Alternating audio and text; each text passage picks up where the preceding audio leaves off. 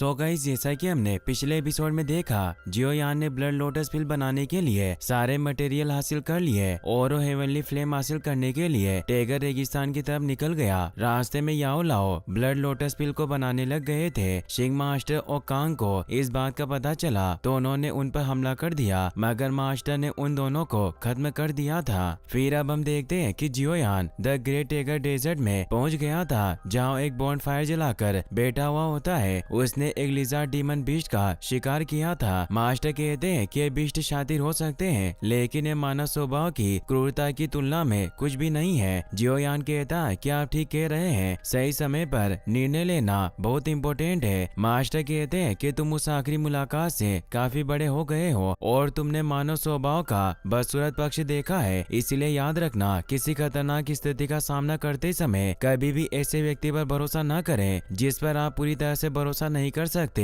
हो सकता है कि उस युवा एल्केमिस्ट शिंग की तरह तुम जवानी में समाप्त हो जाओ, तुम्हारे सीने में भी गहरे खंजर से वार किया जाए। जियोयान कहता है किसी पूर्ण शक्ति के साथ ही मानवता को खत्म होने से रोका जा सकता है, और अब हम लगभग वहाँ है जो कल्टीवेशन के लिए सबसे अच्छी जगह मानी जाती है। जियोयान जब आगे बढ़ता है तो उसे टीले पर यूनियन दिखाई देती है, जिसे देखकर जियोयान बहुत खुश होता है और उसे आवाज लगाता है, लेकिन उसकी तरफ नहीं मुड़ती। तो जियोयान दौड़कर उसकी तरफ जाता है, मगर वो नालन में बदल जाती है और उसके सीने में एक तलवार घोंप देती है। जियोयान इससे बहुत डर जाता है, उसकी आंख खुल जाती है क्योंकि वो सपना देख रहा था। मास्टर उसे कहते हैं कि क्या तुमने कोई बुरा सपना देखा? मैंने अभी नालन का नाम सुना। जियोयान मास्टर से कहता है कि अगर मैं 3 ईयर एग्रीमेंट में हार गया तो ये सिर्फ मेरी गरिमा को नहीं खोएगा, बल्कि मेरे परिवार के भविष्य का भी अंत कर देगा। मास्टर कहते हैं कि तुम चिंतित हो कि नालन तुमसे ज्यादा ताकतवर होगी। तुमने देखा कि इस दुनिया में ऐसा कोई भी नहीं है जो पावर के साथ ही पैदा हुआ हो। पावरफुल वही होते हैं जो मजबूत बनने के लिए कड़ी मेहनत करते हैं। अगर किसी को तलवार चलाना सीखना है तो उसे अपने दिल के डर को छोड़ना होगा, इसीलिए तुम्हें भी ऐसे ही अपने काम पर ध्यान केंद्रित करने के बारे में सोचना चाहिए। मेरा विश्वास करो, मैं गलत नहीं हूँ। तुम में बहुत टैलेंट हो सकता है, बट ये तुम्हारा डेडिकेशन ही है जो तुम्हारी सफलता की कुंजी बनेगा। कुछ महीनों में 3 ईयर एग्रीमेंट आने वाला है जिसने तुम्हें शर्मसार किया था।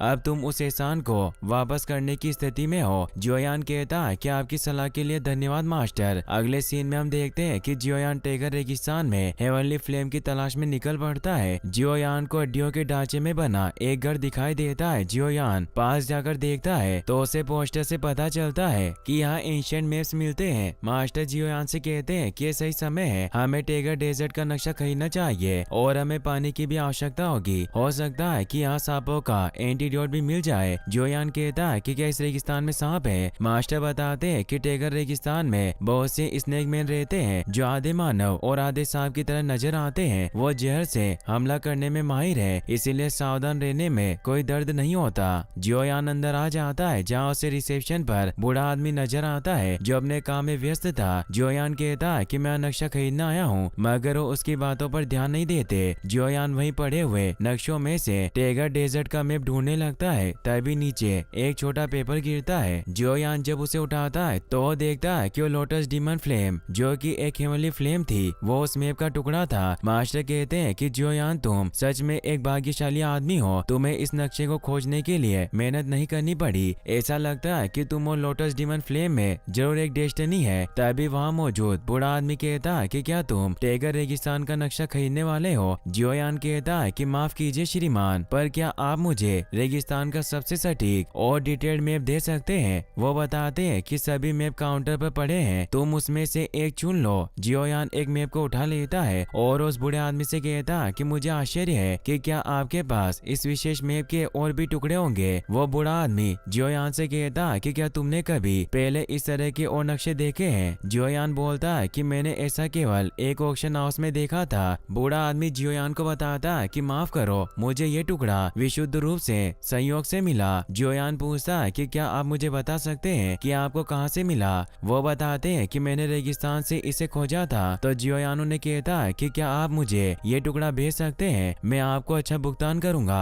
वो बूढ़ा आदमी जियोयान को कहता है कि ये बेचने के लिए नहीं है, मुझे ऐसा कुछ दोबारा नहीं मिलेगा। पैसे में मुझे कोई दिलचस्पी नहीं है, तुम इसे चुराने के बारे में मत सोचना, वरना तुम्हारे लिए अच्छा नहीं होगा। जियोयान उन्हें कहता है कि मैं किसी ऐसे व्यक्ति से बलपूर्वक इसे लेने का सपना नहीं देखूंगा जो कभी डू हुआंग यानी फाइटिंग एम्परर रहा हो। डू हुआंग की पावर 7 लेवल बीस्ट के बराबर होती है और उस बूढ़े आदमी का नाम बो डोंग होता है। वो इससे हैरान हो जाता है और घर के गेट को बंद कर देता है। अब वो अपने असली रूप में आ जाते हैं और अपनी पावर को एक्टिवेट कर लेते हैं। ये देखकर मास्टर कहते हैं कि संभल कर रहना, ये बूढ़ा कोई साधारण आदमी नहीं है, उसकी असली ताकत डू हुआंग के स्तर पर होनी चाहिए। हालांकि ऐसा लगता है कि वो अपनी अधिकांश पावर को दबा रहा है, उसकी वर्तमान ताकत केवल डूलिंग यानी फाइटिंग स्पिरिट के आसपास है, मगर फिर भी वो तुम्हें आसानी से मार सकता है। जो यान निराश होकर कहता है कि मैं अक्सर ऐसे मजबूत लोगों से क्यों पंगा लेता रहता हूँ। मास्टर कहते हैं कि तुम भाग्यशाली हो। तभी बो डोंग एक शील्ड को एक्टिवेट कर देते हैं जिससे वो घर एक शील्ड में प्रोटेक्ट हो जाता है। जियो यान बो डोंग से कहता है कि कृपया मुझे गलत ना समझे, मैं आपको नहीं जानता, मेरा मतलब आपका अनादर करना नहीं था, लेकिन ये नक्शे का टुकड़ा मेरे लिए बहुत महत्वपूर्ण है। अगर आप मुझे इसे बेच देंगे तो मैं आपका आभारी रहूंगा। साथ ही अगर आपको किसी और चीज की जरूरत है तो मैं निश्चित रूप से आपको दे सकता हूँ अगर वो मुझे मिल जाए। बो डोंग कहते हैं कि मुझे उम्मीद नहीं थी कि तुम्हें कोई स्किल होगी। जोयान कहता है कि आपको मेरा सुझाव कैसा लगा।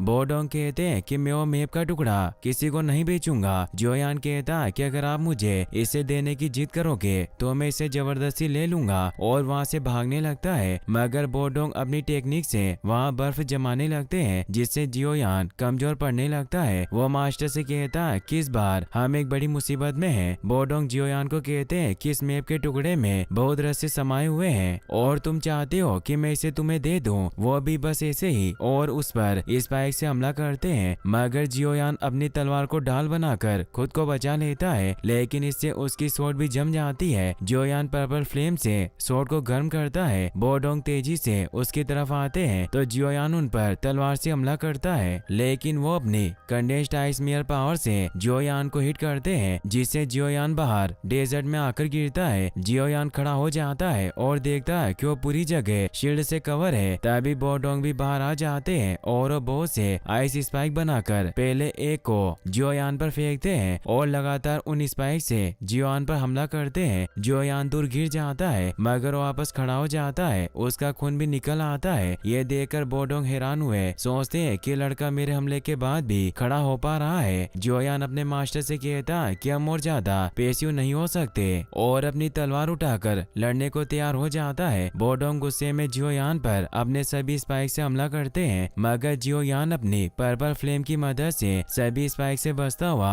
बो डोंग की तरफ तलवार फेंकता है, मगर वो अपनी पावर से उसे रोक लेते हैं और वापस जियोयान पर हमला करते हैं, मगर जियोयान डोक्यू विंग्स की मदद से बच जाता है। उन विंग्स को देखकर बो डोंग शॉक्ड रह जाते हैं कि इस बच्चे के पास डोक्यू विंग्स कैसे हो सकते हैं, जरूर इस लड़के में कोई हुनर है। जियोयान अपनी तलवार लेकर उस शील्ड को तोड़ने की कोशिश करता है मगर वो नहीं टूटती। जियोयान कहता है कि मैंने कभी अनुमान नहीं लगाया था कि यह बूढ़ा व्यक्ति मेरे लिए इतना कठोर बन सकता है। इस चिलचिलाते रेगिस्तान में भी ये अपनी बर्फ की शील्ड को बना पा रहा है। मैं वास्तव में उसके मुकाबले के लायक नहीं हूँ। यदि मैंने इन विंग्स का यूज ना किया होता तो शायद मैं मर गया होता। मास्टर जियोयान से कहते हैं कि तुम दोनों में कई लेवल्स का डिफरेंस है। उसने जो आखिरी हमला किया वो सिर्फ एक परीक्षा थी, अगर वो गंभीर होता तो तुम्हें मार भी सकता था, पर अब तुम्हारी ट्रेनिंग का अंत हो चुका है। बो डोंग जियोयान से कहता कि चाहे तुम यूनलेन सेक्ट के कुल पिता के उत्तराधिकारी हो या कोई शाही परिवार के सदस्य, पर आज तुम उस नक्शे के टुकड़े के साथ यहाँ से नहीं जा सकते। जियोयान कहता कि मैंने कहा था कोई बात नहीं, मैं इस टुकड़े को पकड़े हुए हूँ, और अब मास्टर भी उसकी मदद करता है और स्वर्गीय लोक को एक्टिवेट करते हैं। बो डोंग ये सब देखकर कुछ समझ नहीं पाता कि वो कौन सी गुप्त टेक्निक का यूज कर रहा है और सोचता है कि उन शक्तिशाली लोगों में से एक नहीं हो सकता। अब वो अपनी पावर से एक स्पीयर बनाते हैं और कहते हैं कि मुझे इतनी इंटेंस ऑरा का सामना किए हुए एक लंबा अरसा हो गया। जियोयान उन पर हमला करता है तो खुद को स्पीयर से प्रोटेक्ट करते हैं, मगर जियोयान और याओ लाओ के सोल फोर्स की वजह से वो पीछे खिसक रहे थे। जियोयान उनका स्पीयर तोड़ देता है। बो डोंग कहता है कि मुझे विश्वास नहीं हो रहा कि आज मैं तुम्हारे जैसे युवा लड़के से पिट रहा हूँ, और अब वो साइक्लोन आइस स्ट्राइक पावर को एक्टिवेट कर लेते हैं। जियोयान भी अपने मास्टर की सोल को संग्रहित करता है। बो डोंग जियोयान से कहता है कि अगर तुम आज मर जाते हो तो मुझे दोष मत देना, और उस पर हमला करते हैं तो जियोयान भी उन पर लगातार हमला करने लगता है और हेवनली फ्लेम से उस बो डोंग को एक बर्फ के सेल में कैद कर देता है, जिससे अब वहाँ मौजूद शील्ड भी हट जाती है। जियोयान सर झुकाकर कहता है कि मैं आपका अपमान नहीं करना चाहता था, पर ये मैप मेरे लिए बहुत इंपॉर्टेंट है। ये कहकर वो जाने लगता है। बोडोंग कहते हैं कि मैंने कभी नहीं सोचा था कि आप 20 ईयर्स तक एकांतवास में रहने के बाद तुम जैसे बच्चे के कारण मुझे इस स्थिति में होना पड़ेगा। साथ ही जियोयान से ये भी कहते हैं कि मैंने जब इस मैप के छोटे टुकड़े को ढूंढा तो मुझे रेगिस्तान में काफी समय गुजारना पड़ा, इसीलिए मैंने इसे पूरी तरह से 2 भागों में विभाजित कर दिया था। जियोयान कहता कि आप मुझे ये सब क्यों बता रहे हो, आप इतने मूर्ख नहीं हो कि अभी भी मुझे भड़काने की कोशिश करो। बोडोंग कहता कि तुम निश्चय ही बुद्धिमान व्यक्ति हो। जियोयान उनसे कहता कि मुझे बताओ कि इस मैप का दूसरा टुकड़ा देने से तुम्हें क्या मिलेगा। बोडोंग कहते हैं कि पहले तुम्हें मुझे इस बर्फ की जेल से रिहा करना होगा। तो जियोयान उनके पास आकर उस बर्फ केज को खोलने लगता है और कहता कि मैं आपको एक बार कैद करने में सक्षम था तो मैं दोबारा भी ऐसा कर सकता हूँ, इसीलिए मुझसे कोई खेल मत खेलना, वरना अगली बार मैं आपका खून जमा दूंगा। फिर उन्हें बर्फ केज से आजाद कर देता है। बोडोंग उसे कहता है कि ये कितनी भयानक और चिलिंग फ्लेम है। अगर मैं गलत नहीं हूँ तो तुमने जो पहले यूज किया वो एक स्वर्गीय ज्वाला रही होगी। मेरी मूल शक्ति डू हुआंग स्तर की मानी जाती है, जैसा कि तुम जानते हो। पर क्या तुम्हें पता है कि मैं कौन हूँ? और उसे बताते हैं कि मेरा नाम है बोडोंग, मगर मुझे बर्फ सम्राट के नाम से भी जाना जाता है। यह नाम सुनकर जियोयान हैरान रह जाता है, जिससे बोडोंग खुश होते हैं कि अच्छी बात है कि समय के साथ मेरा नाम गायब नहीं हुआ। मुझे आश्चर्य है कि तुमने मेरे बारे में सुना है। जियोयान कहता है कि मैंने कभी नहीं सोचा था कि जियामा साम्राज्य का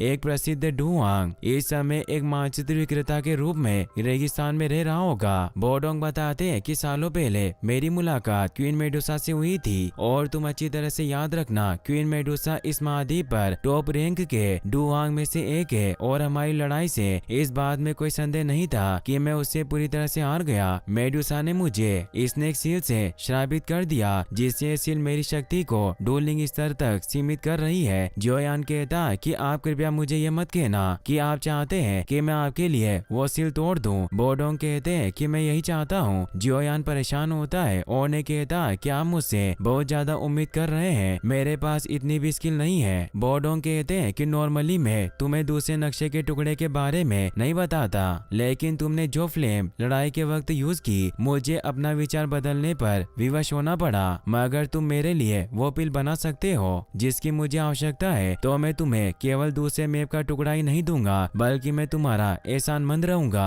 जियोयान उनसे पूछता है कि आपको जो पिल चाहिए वो किस टीयर की है। बोडोंग कहते हैं कि टीयर 6 की। जियोयान इससे हिल जाता है और उन्हें कहता है कि मैं सिर्फ एक छोटा टीयर 2 एल्केमिस्ट हूँ। बोडोंग कहते हैं कि एक डू हुआंग का एहसानमंद होना तुम्हारे एफर्ट की सही कीमत है। मास्टर मन में जियोयान को कहते हैं कि हमें मैप के सभी टुकड़े प्राप्त करने हैं ताकि हम प्यूरिफाइंग लोटस डीमन फ्लेम को पा सके, जो तुम्हारे फ्यूचर की टेक्निक के विकास के लिए बहुत महत्वपूर्ण है। जियोयान कहता है कि आप कह रहे हैं कि हम ये पिल बना सकते हैं। याओलाओ कहते हैं कि पहले हमें इसकी मदद करनी होगी और वास्तव में एक डू हुआंग से सहायता प्राप्त करना उस पिल की अच्छी कीमत होगी। जियोयान बोडोंग से कहता है कि मैं आपके लिए वो पिल बनाऊंगा, लेकिन क्या आप पिल बनाने के लिए एल्केमिस्ट के नियम को जानते हैं? बोडोंग कहते हैं क्या मैं जानता हूँ, पिल बनाने के सभी रॉ मटेरियल मुझे उपलब्ध करवाने होंगे। फिर हम देखते हैं कि वो जियोयान को अंदर ले आते हैं और उसे बताते हैं कि मैंने अपने उपचार के लिए अधिकांश जड़ी बूटियों को इकट्ठा कर लिया है, लेकिन अभी भी एक लापता है। उस इंग्रेडिएंट को सेंट मैंड्रेक कहा जाता है और ये केवल स्नेक ट्राइब के कंपाउंड्स के भीतर ही पाया जाता है। लेकिन जैसा तुम जानते हो, मेरे भीतर क्वीन मेडुसा की सील है, जिस वजह से मैं जैसे ही माउंट टेगर डेजर्ट की गहराइयों में जाता हूँ तो मुझे पहचान लेगी। जियोयान कहता है कि आपका एक ट्रैप है, आप मुझे वहाँ भेजकर मारना चाहते हो, पर मैं ऐसा नहीं करूँगा।